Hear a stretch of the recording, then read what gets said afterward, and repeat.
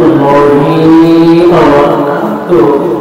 Waalaikumsalam warahmatullahi wabarakatuh. আমার সালাম আলাইকুম ওয়া কারণ জাহিরিভাবে আমরা যখন কবরস্থানে কাজ দিয়ে যাই আমরা কবরবাসীদেরকে সালাম দিয়ে থাকি, বলুন ঠিক কিনা? কিন্তু জাহিরিভাবে আমরা জবাবটা শুনতে পাই না। মুসলিম শরীফের হাদিস যে কবরবাসীগণ যারা সালাম প্রদান করে তাদের সালামের জবাব দিয়ে থাকে, বলুন সুবহানাল্লাহ। আপনারা যেহেতু জীবিত আবারও সালাম প্রদান করছি। আসসালামু আলাইকুম ওয়া রাহমাতুল্লাহি ওয়া বারাকাতুহু।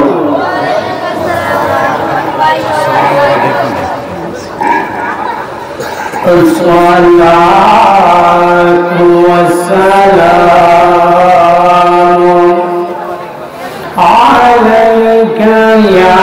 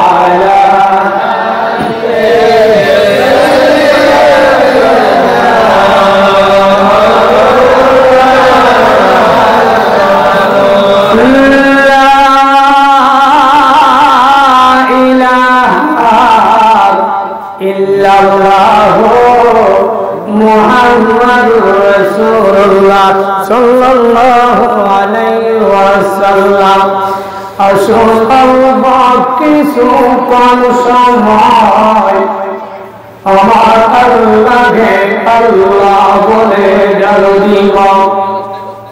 আমার আল্লাহ সূরা মুমিনের 60 নম্বর আয়াতের মধ্যে আমার আল্লাহ বলেন, উদুনি আস্তাজিব লাকুম, উদুনি আমাকে ডাকরে বান্দা, বান্দা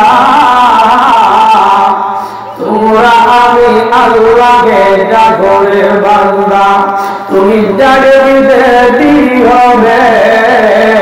উদুনি আস্তাজিব লাকুম, আমি আল্লাহ সাথে সাথে জবাব দিব।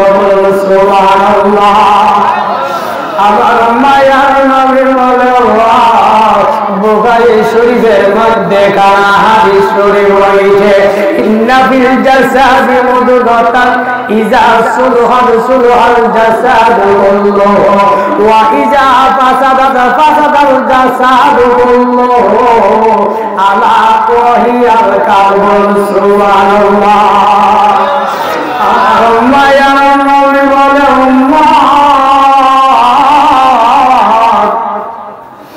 মানব দেহের মধ্যে এমন একটা মাংস পিণ্ড আছে, এই গোষ্ঠের টুকরাটা ভালো, পোড়া দেহটা ভালো, এই গোষ্ঠের টুকরাটা যার খারাপ, সম্পূর্ণ দেহটা খারাপ। এখন যদি আল্লাহকে প্রশ্ন করিব এই গোষ্ঠের টুকরাটার নাম কি, আল্লাহকে যদি পুরোভাবে কোশ্চেন করা হয়, মাহমুদ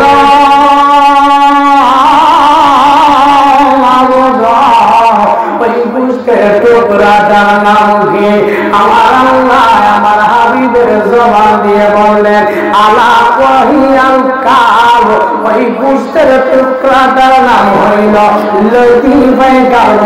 সুবহানাল্লাহ। এই গোষ্ঠের টুকরাটা যার ভালো সে মাওলার কাছে ভালো, যার ভিতরটা ভালো না তারা মাওলার কাছেও ভালো, যার জবান এবং অন্তর মিল নাই, সমাজে সাময়িকের জন্য সম্মান পেলেও আল্লাহর কাছে কখনো সম্মানিত হতে পারবে। যার ভিতর বালা তার সব বালা।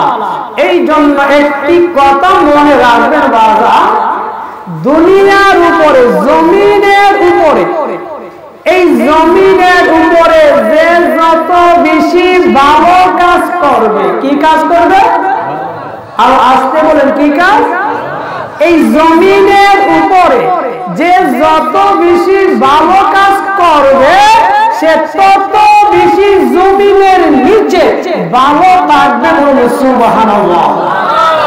যে জমিনের উপরে ভালো কাজ করে জমিনের নিচে কি থাকবে, ভালো থাকবে। জমিনের উপরে খারাপ কাজ করে জমিনের নিচে ভালো থাকা আশা করা যায়। আসুন এই ভিতরটাকে পরিষ্কার করার জন্য অল্প কিছুক্ষণ একটু জিকির করে আমার মূল আলোচনার দিকে যাব। সময়ের ভিতরে কিছু গুরুত্বপূর্ণ এবং তথ্যমূলক আলোচনা করার চেষ্টা করব। আল্লাহ যেন কবুল করে সবাই বলুন আমিন। আপনি অল্প একটু জিকির করে নেই আল্লাহ আল্লাহ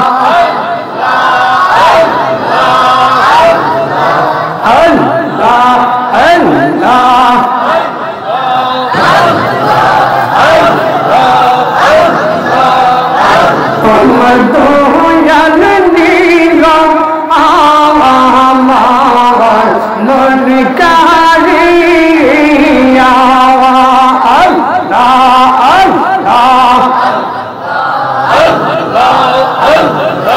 কেমন করে নীল মন প্রেমে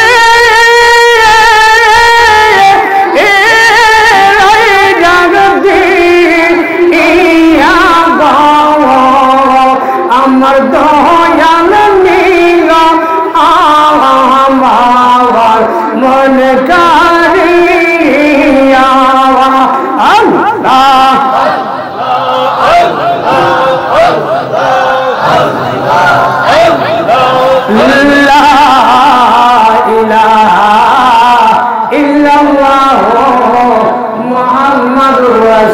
আল্লাহ সাল্লাল্লাহু আলাইহি ওয়াসাল্লাম। আজকে আমরা এমন একটি মাসে, এমন একটি তারিখে, এমন একটি সময়ে উপস্থিত হইলাম, আমার আপনার আঙ্গে মাওলা তাজেদারে মদিনার নবী যেই মাসে আগমন করিল, ওই মাসটার নাম হইল রবিউল আউয়াল। এই মাসের 12 তারিখে আমার মায়ার নবী এই পৃথিবীর জমিনে তাশরীফ আনিলেন। বলতে কেনা আজকে আমার আলোচনার মূল বিষয়টা থাকবে আদম নবী থেকে শুরু করে ঈসা নবী পর্যন্ত যত মানুষ, অগণিত অগণিত মানুষ পৃথিবীর জমিনে আগমন করছে কিনা, অগণিত পুরুষ আগ্রহ, অগণিত পুরুষ আগমন করিল, কিন্তু আমার আল্লাহ নবীজির আব্বার নাম কি? এত পুরুষের মধ্যে থেকে নবীজির বাবাকে আব্দুল্লাহ আলাইহিস সালামকে কেন বাবা হিসাবে কবুল করিল? অগণিত অসংখ্য পুরুষদের মধ্য থেকে উনি এমন কি আমল করলেন যে আমলের কারণে আমার আল্লাহ আখির জামানার নবীর বাবা হিসাবে কবুল করেছে। আখির জামানার নবীর বাবা হওয়া কি সাধারণ কথা? একজনের আলেমের বাবা হয় কঠিন কথা বলছে কিনা? কেউ যদি একজন আলেমের বাবা হতে পারে, কেউ যদি হাফিজুল কোরআনের বাবা হতে পারে, অনেক গর্ব করে বলতে কিনা? নিজের আত্মার মধ্যে একটা শান্তি পায়, আমি মারা গেলে আমার সন্তানটা আমার জানাজার নামাজে ইমামতি করে বলতে কিনা? একজন আলেমের বাবা হলে, একজন হাফিজুল কোরআনের বাবা হলে যদি এটা অনেক কঠিন হয়ে যায়, সব বাবারই চায় আমার একটা ছেলে হাফিজুল কোরআন হয়, একজন আলেম হয়। হয়তো তারা কারণ বসতে চেষ্টা করার পরে অনেকে পারে না, কিন্তু আলেমের বাবা হওয়া অনেকটা কঠিন ব্যাপার। তাহলে নবীর বাবা হওয়া কি সাধারণ ব্যাপার? এখন আজকে জানার বিষয়, আজকের এই মাহফিল থেকে এই কথাটা স্পষ্ট করিব, আমার আল্লাহ অসংখ্য পুরুষদের মধ্যে থেকে আব্দুল্লাহ আলাইহিস সালামকে কেন বাবা হিসাবে কবুল করিল? অসংখ্য অগণিত রমণীদের মধ্য থেকে আমার আল্লাহ কেন আমেনা আলাইহিস সালামকে নবীর মা হিসাবে কবুল করিল? এর কারণটা কি, রহস্যটা কি আপনারা শুনতে রাজি আছেন? অল্প সময়ের মধ্যে যথা সময়ের ভিতরে কতটা বোঝানোর চেষ্টা করব। এবার আসুন আমার মায়ার নবীকে আমার আল্লাহ এই পৃথিবীর জমিনে পাঠাইলেন। আমার মায়ার নবীকে পাঠাইল, সৃষ্টি করেছে সবার প্রথম। সবার কি? লাউলাকা লামা খলাকতুল আরলা, হাদিসে কুদসিতে বলে গো, আমার আল্লাহ হাদিসে কুদসিতে বলে লাউলাকা লামা খলাকতুল আরলা। ইয়া রাসূলুল্লাহ, নবী গো, আপনি নবীকে না বানাইলে আপনার নবীকে সৃজন না করিলে, আপনার নবীর শুভ আগমন না ঘটাইলে আমি আল্লাহ কোনো কিছু সৃজন করতাম না। বলুন সুবহানাল্লাহ। এই নবীরে আমার আল্লাহ এই পৃথিবীর জমিনে পাঠাইলেন। কি শুরু পাঠাইলেন? আমার আল্লাহ তো আমার বন্ধুরে বানাইলাম সবার প্রথম বানায়া প্রথম পাঠাই নাই, সবার শেষে পাঠাইছি। কেন জানি? আপনাদের ব্যানারের মধ্যে যিনি প্রধান অতিথির নামটা প্রথম আলোচনা করবে সবার শেষে, যে কোনো পোস্টারে দেখবে প্রধান অতিথির নামটা থাকবে প্রথমে, আর আলোচনা করবে কি সবার শেষে। আমার আল্লাহ জগৎবাসীকে বুঝাইতে চাচ্ছেন আমার বন্ধুকে বানাইলাম প্রথম, কিন্তু সবার শেষে কেন পাঠাইব? সবার শেষে আমার বন্ধুকে কেন পাঠাইব? আমার বন্ধুর জন্য 1 লক্ষ মতান্তরের 2,24,000 পয়গাম্বর এই পৃথিবীর জমিনে পাঠাইল। সমস্ত নবীগণ আমার নবীর মিলাদের আলোচনা করেছে, অর্থাৎ সবাই বলেছে আখির জামানার নবী আগমন করিব। এই সংবাদটা প্রত্যেক নবী যার যার উম্মতের কাছে দিয়েছে। বলুন ঠিক কিনা? এই বার্তাটা পাঠানোর জন্য, বার্তাটা দেওয়ার জন্য আমার আল্লাহ 1 লক্ষ মতান্তরে 2,24,000 পয়গাম্বর এই পৃথিবীর জমিনে পাঠাইল। আমার আল্লাহ জগৎবাসীকে বুঝাইতে চাচ্ছেন আমার বন্ধুরা পাঠাব সবার শেষে। কারণটা কি জানি? আমার নবীর শানে আমি আল্লাহ ঘোষণা করিলাম ওয়ারফা'না লাকা যিকরাক, আমি আমার নবীর শান বাড়াই দিয়েছি। আমি নবীর শান বাড়াই দিলাম। আমার নবীর শান কতটুকু বাড়াইছি তোমরা জানো না? আমার আল্লাহকে যদি প্রশ্ন করি, হে আমার মাবুদ ওয়ারফা'না লাকা যিকরাক, আপনার বন্ধুর শান, আপনার বন্ধুর ইজ্জত, আপনার বন্ধুর পজিশন আপনি রফা করে দিলেন, আলা করে দিলেন। কতটুক আলা করলেন? আমার আল্লাহ পরোক্ষভাবে প্রশ্নের জবাব দিব। এই পৃথিবীর জমিনে আমি আল্লাহ সাজাইছি কারবালার ময়দান, আর হাশরের ময়দান সাজাইব, আর পরকালে সাজাইব হাশরের ময়দান। বলুন সুবহানাল্লাহ। আল্লাহ হাশরের ময়দান সাজাইব একমাত্র আমার নবীজির ওয়ারফা'না লাকা যিকরাক, আমার নবীর শান কতটুকু বুলন্দ করেছেন তা বুঝানোর জন্য। বলুন সুবহানাল্লাহ। আমার আল্লাহ ইচ্ছা করলে হাশরের ময়দান না সাজাইয়া যারা জান্নাতি ডাইরেক্ট জান্নাতে দিতে পারত, যারা জাহান্নামী হাশরের ময়দান না সাজাইয়া ডাইরেক্ট জাহান্নামে দিতে পারত না। কে জান্নাতি কে জাহান্নামী আল্লাহ জানেনি? আল্লাহ তো জানে। এরপর হাশরের ময়দানে মিজান নামক একটা পাল্লা দাঁড় করাইব। কি নাম? মিজান মানে পাল্লা। পাল্লা কেন ব্যবহার হয় জানেন?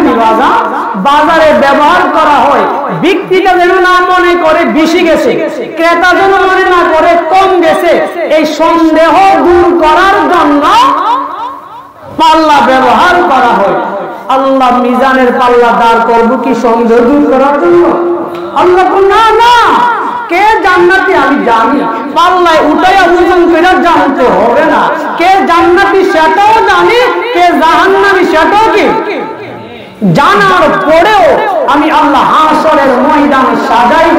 আমার বন্ধুর সামনে বলছি ওয়ারফানা লাকা যিকরা, আমি আমার বন্ধুর শান আলা করে দিয়েছি, রফা করে দিয়েছি।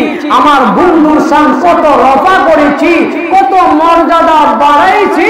হাসরের ময়দানে সবাই একত্রিত হবে, আর এই স্থানে আমার বন্ধুর কত শান কত মর্যাদা দিয়েছি তা প্রমাণ করার জন্য বলুন সুবহানাল্লাহ। দুনিয়ার পাল্লার বিধান হলো বাড়ি পাল্লাটা নিচে যাইব, হালকাটা কই যাব, এটা হলো দুনিয়ার পাল্লার বিধান। পরকালের পাল্লার বিধানটা ভিন্ন, বাড়িটা উপরে যাইব, হালকাটা নিচে যাইব। সুবহানাল্লাহ। এর রহস্য এটাও নবীজিকে আল্লাহ কত ভালোবাসেন এটার প্রমাণের জন্য বলুন সুবহানাল্লাহ।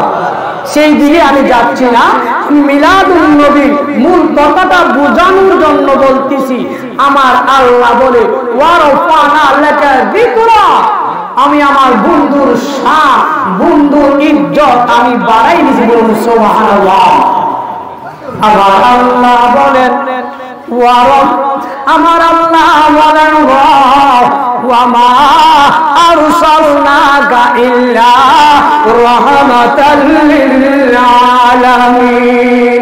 আমার আল্লাহ জগৎবাসীরে বুঝাইতে চাচ্ছেন আমার বন্ধুরে এই পৃথিবীর জমিনে সবার শেষে পাঠাইব, আমার বন্ধুরে রহমত স্বরূপ পাঠাইব। এখন যদি আল্লাহকে বলি আল্লাহ আপনি কতটুকের জন্য রহমত হিসাবে পাঠাইবেন, আমার আল্লাহ বলে আমি যতটুকের জন্য রব্বুল আলামিন আমার বন্ধুকে বানাইলাম ততটুকের জন্য রহমাতুল আলামিন করে বলুন সুবহানাল্লাহ। আমার আল্লাহ বলে আমি হচ্ছি রব্বুল আলামিন আর আমার হাবিবকে বানাইছি রহমাতুল আলামিন বলুন সুবহানাল্লাহ। আমরা এমন একজন নবী পেয়েছি, আমার নবীর সাথে তুলনা দেওয়ার মতো এমন কোন সৃষ্টি হয় আমার আল্লাহ সৃষ্টি জগতে করে নাই বলুন সুবহানাল্লাহ।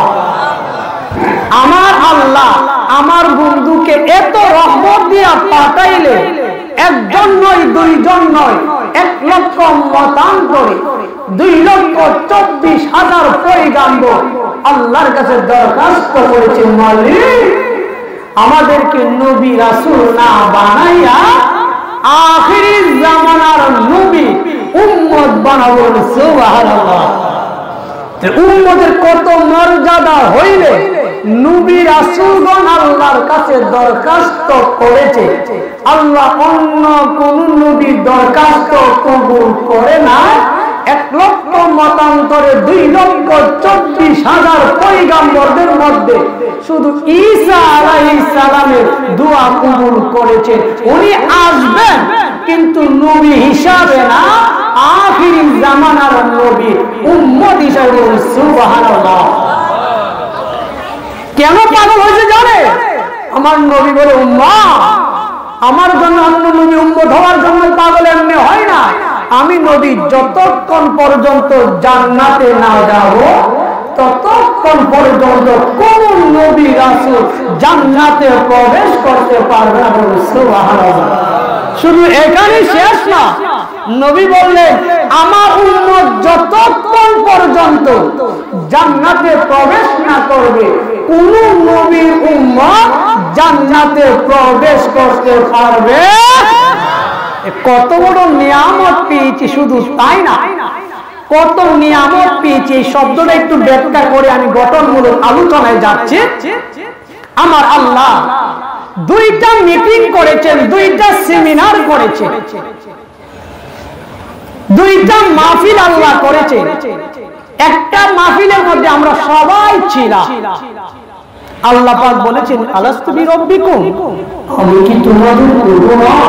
আমরা সবাই এক বাক্যে বলেছিলাম বলা, হ্যাঁ আপনি আমাদের প্রভু। আরেকটা সেমিনার করেছে আমার মিলাদুন নবীর আলোচনা সম্পর্কে। সূরা বনী ইসরাঈল 81 নম্বর আয়াতের মধ্যে আমার আল্লাহ সেই সম্পর্কে আমার আল্লাহ ঘোষণা করে দিলেন, বিসমিল্লাহির রাহমানির রাহিম ওয়া ইয আখাযাল্লাহু মিসাকান নাবিয়িনা লামা আতাইতুকুম, উচ্চ আওয়াজে বলুন আল্লাহু আকবার।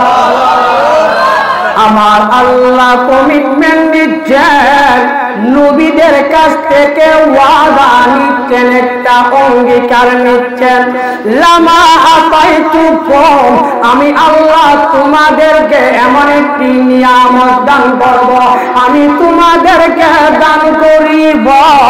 কি দান করিবা? আমার আল্লাহ বলেন, কিতাবি ওয়া হিকমত, আমি তোমাদের জন্য কিতাব এবং হিকমত দান করিব। নবীদের সাথে আমার আল্লাহ আলোচনা করতেছেন, এরপরে কিভাবে বলতেছেন লক্ষ্য করুন। মিলাদুন নবীর আলোচনা কিভাবে করতেছে, এরপরে আমার আল্লাহ বলেন, সুম্মা, তারপর, জাআকুম রাসূলুম মুসাদ্দিকুল লিমা মাআকুম, আমার আল্লাহ বলতেছেন তোমাদের নিকটে এমন একজন রাসূল আসিব যিনি তোমাদের সত্যায়িত করার জন্য আসব। লা তুমিনুন্না বিহি, তোমরা তার উপরে ঈমান আনিবা। বলুন সুবহানাল্লাহ। এবার একটু চিন্তা করুন, আমার আল্লাহ নবী রাসূলদের সাথে আলোচনা করতেছে, তোমাদের কাছে একদম রাসূল পাঠাবো। কি পাঠাবো? রাসূল পাঠাবো যার উপরে তোমরা ঈমান আনয়ন করবা। এখন যদি আল্লাহকে প্রশ্ন করি, আল্লাহ, ও আল্লাহ, তুমি পয়গম্বর বানাইছো 1 লক্ষ মতান্তরে 2,24,000 পয়গম্বর বানাইলা, তাদের মধ্যে রাসূলের সংখ্যা কয়জন? 313 জন। রাসূলের সংখ্যা কয়জন? 313 জন। ও আমার আল্লাহ, এখন আল্লাহকে যদি কোশ্চেন করি, আল্লাহ তুমি 313 জন রাসূল বানাইলা, তুমি বলতেছো আমাদের কাছে একটা রাসূল পাঠাইবা। কি পাঠাইবা? আর ওই রাসূলের উপরে কি আনার জন্য? কি আনার জন্য? কতটা গভীর মনোযোগ। আমাদের কাছে রাসূল পাঠাইবে, আর ওই রাসূলের উপরে কি আনার জন্য? ঈমান আনার জন্য। এখন যদি আল্লাহকে বলি, আল্লাহ রাসূলের সংখ্যা কয়জন বলছে? 313 জন। 313 জন রাসূলের মধ্যে তুমি কোন রাসূলকে বুঝাইছো? এখানে তুমি রাসূল শব্দটা ব্যবহার করছো। রাসূল যদি একজন হইতো বুঝে নিত আমার নবী, রাসূলের সংখ্যা তো 300। এখন আপনি কোন রাসূল পাঠাবেন? 313 জনের মধ্যে কোন রাসূলের উপরে আমাদেরকে ঈমান আনার কথা বলছে? কোন যদি কোশ্চেন করি আল্লাহকে, আল্লাহ চমৎকার জবাব দিবে, ও দুনিয়ার মানুষ তোমরা শুনো, আমি কোন রাসূলের কথা বলছি জানো? 313 জন রাসূলের মধ্যে 312 জন রাসূলকে আমি আল্লাহ লকব দিছি রাসূল, কিন্তু শব্দ দেই না। সুবহানাল্লাহ। কি দেই না? কি দেই না? যে আওয়াজ দিলে, মাওলা তৌফিক দিলে ওয়াজ করা সম্ভব হবে। আপনারা আওয়াজ দিতে রাজি আছেন তো? একটু মজার আলোচনায় যাচ্ছি ইনশাআল্লাহ। আমার মায়ার নবী আব্বাকে আব্বা হিসেবে কবুল করা, আম্মা হিসেবে কবুল করা সাধারণ কথা নয়। এবার যে নবী আল্লাহ যে মিলাদুন নবীর আলোচনা, নবীর আলোচনা। মিলাদ মানে কি? জন্ম। মিলাদুন নবী, মিলাদুন নবী মানে কি? নবীর জন্মের আগমনের আলোচনা। ঈদে মিলাদুন নবী, ঈদ অর্থ কি? খুশি। মিলাদ অর্থ জন্ম। তাহলে ঈদে মিলাদুন নবী, নবী মানে নবীর মিলাদুন আগমনের আলোচনা।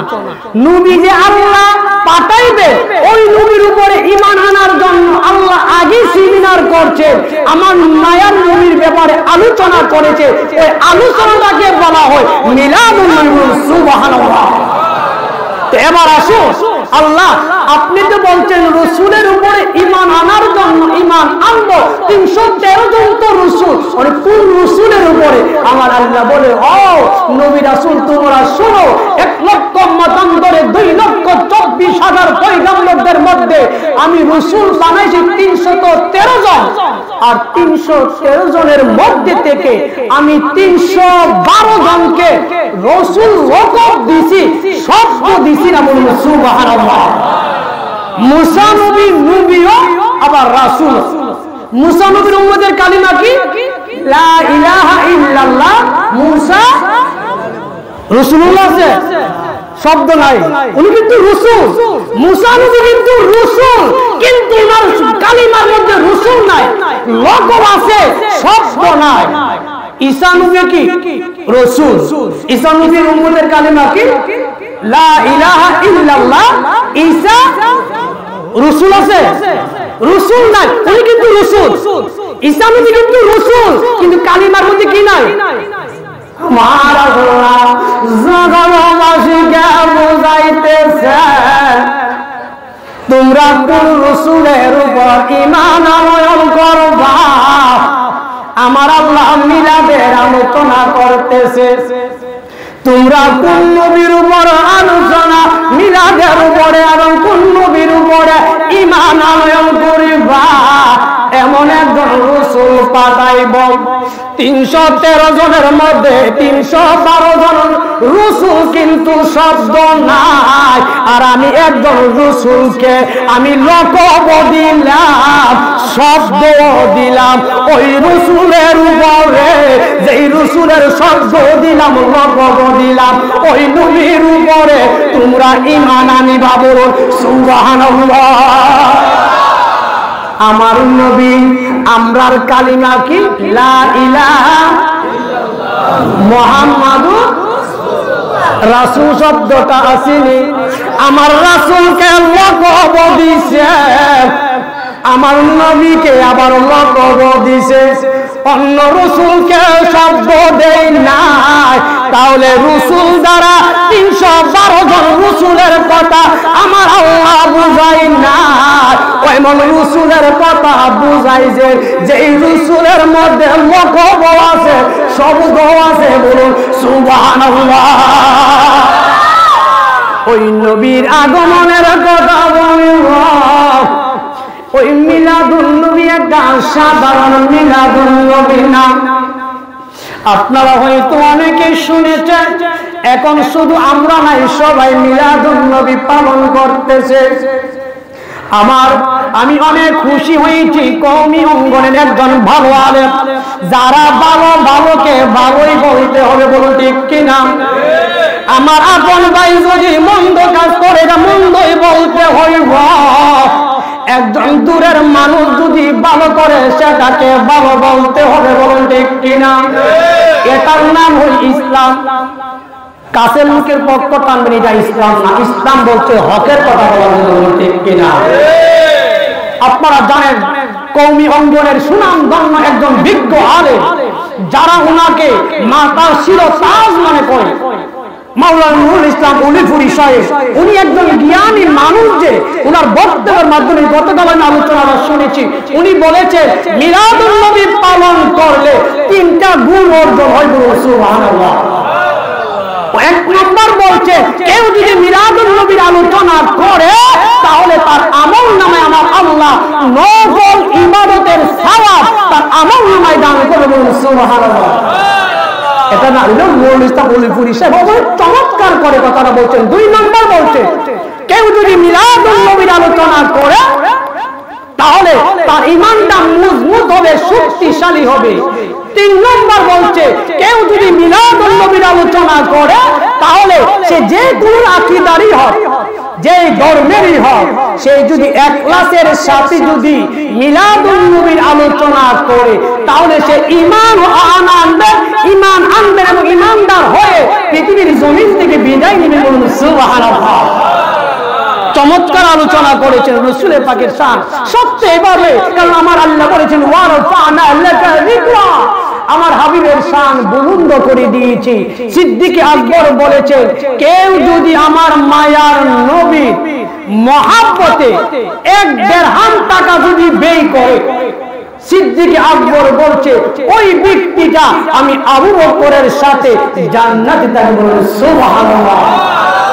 উসমান রাদিয়াল্লাহু তাআলা বলছে কেউ যদি মিলাদুন নবীকে মহব্বত করে 1 টাকা যদি খরচ করে, খন্দকের যুদ্ধে এবং হুনাইনের যুদ্ধে যে সকল সাহাবীরা শাহাদাত বরণ করেছেন এবং যুদ্ধে অংশগ্রহণ করেছে, 1 টাকা খরচ করলে মিলাদুন নবীর মধ্যে উসমান রাদিয়াল্লাহু আনহু বলছেন তার আমলনামা ওই 2 যুদ্ধের সওয়াব তার আমলনামায় দান করবেন। সুবহানাল্লাহ।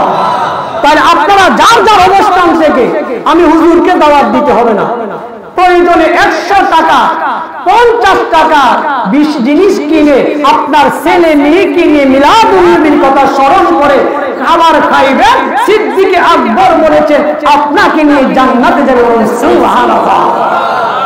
এবার আসুন, আমার আল্লাহ আমার বন্ধু নবীকে এই পৃথিবীর জমিনে পাঠাইলেন। কি সময় পাঠাইলেন?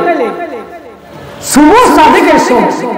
মেডিকেল সায়েন্স বলে 24 ঘন্টা বাতাসের মধ্যে নিয়ামত রয়েছে, কিন্তু সকালবেলার বাতাসটা আমরা বলে থাকি নূরের বাতাস, বলি না?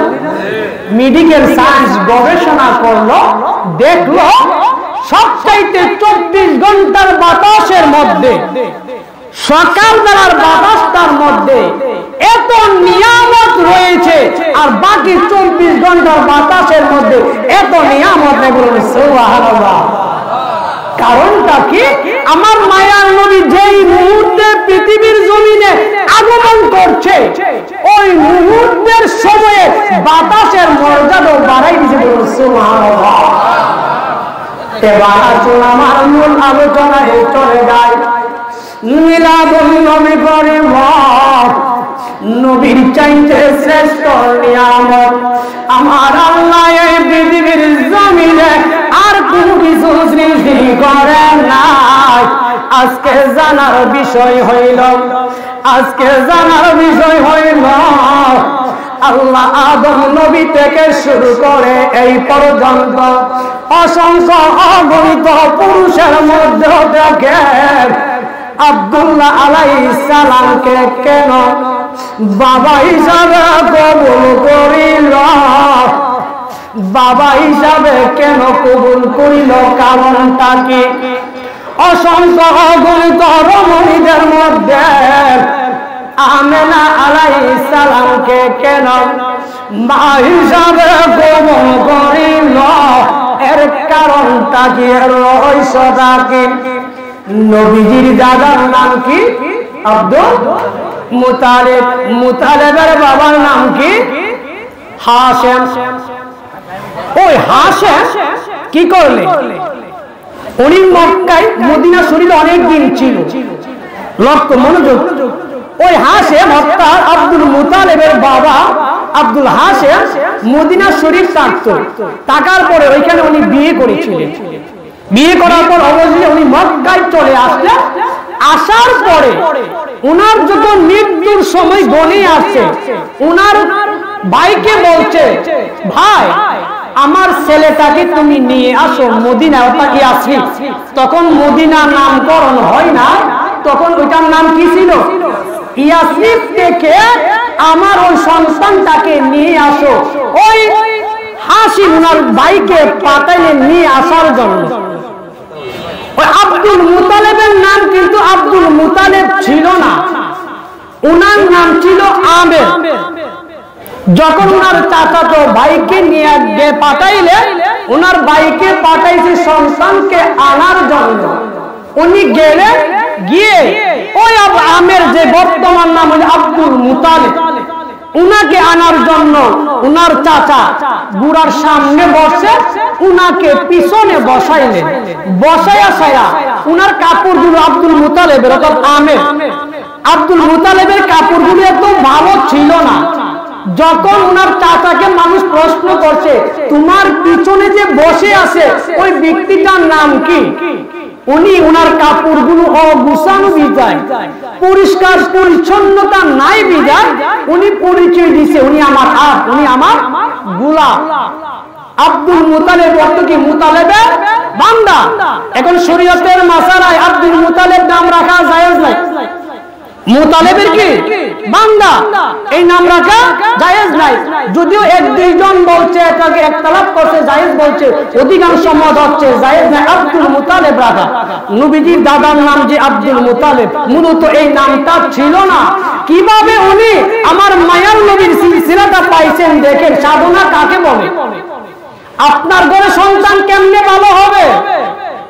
আপনি যদি ভালোভাবে চলে আম গাছে আমই হবে, জাম হবে। অনেকে দোয়া চায়, হুজুর আমার সন্তানের কথা শুনে না। যদি পরের কথাটা বলি কেমনে শুনবো? তুমি তার অভিভাবক না, বুঝি তুমি তোমার মালিকের কথা শুনো। তুমি তোমার মালিকের কথা শুনো না, তোমার সন্তান তোমার কথা কিভাবে শুনবে? ঠিক কিনা বেটি? তুমি যদি তোমার মালিকের কথা শুনছে, অটোমেটিক তোমার সন্তান তোমার কথা শুনতে বলতে কিনা। আব্দুল হাশেম ওনার ভাইকে পাঠাইলা আনার সময় আমিরকে এক কয়েকজন প্রশ্ন করছে, উনি কে? উনি লজ্জায় ওনার পরিচয় দিতে অস্বীকার করছে। ওনার ভাতিজা ওর পরিচয়টা দিতে অস্বীকার করছে, লজ্জা বোধ করছে, বলছে এটা আমার বুড়া। এই কথা যখন শুনছে আব্দুল মুতালিব, যেটা পরে নাম হয়েছে আব্দুল মুতালিব, উনি কথাটা শোনার পরে লজ্জা পাইছে। আমার চাচা আমার নাম বা আমার সম্পর্ক রক্তের একটা পরিচয় দিতে লজ্জাবোধ করেছে। তিনি চাচাকে কিছু বলে না, উনি ধৈর্য ধারণ করেছে, বলে সুবহানাল্লাহ। আর বিনা মালিকের দরবারে মালিক নবীজির যত বংশধর আওলাদ রয়েছে সবাই একাত্মবাদের উপরে ছিল। আল্লাহ কুদরতি ভাবে অগ্নি পূজারক থাকলেও ওই মুহূর্তে আল্লাহ পাক তাদের সবাইকে একাত্মবাদের উপরে রেখেছে, বলুন সুবহানাল্লাহ। কুদরতি ভাবে রাখছে। তখন ওনাকে যখন উনি বিনায়া কাঁদতেছে, আল্লাহ বলে আব্দুল মুতালিব তোমার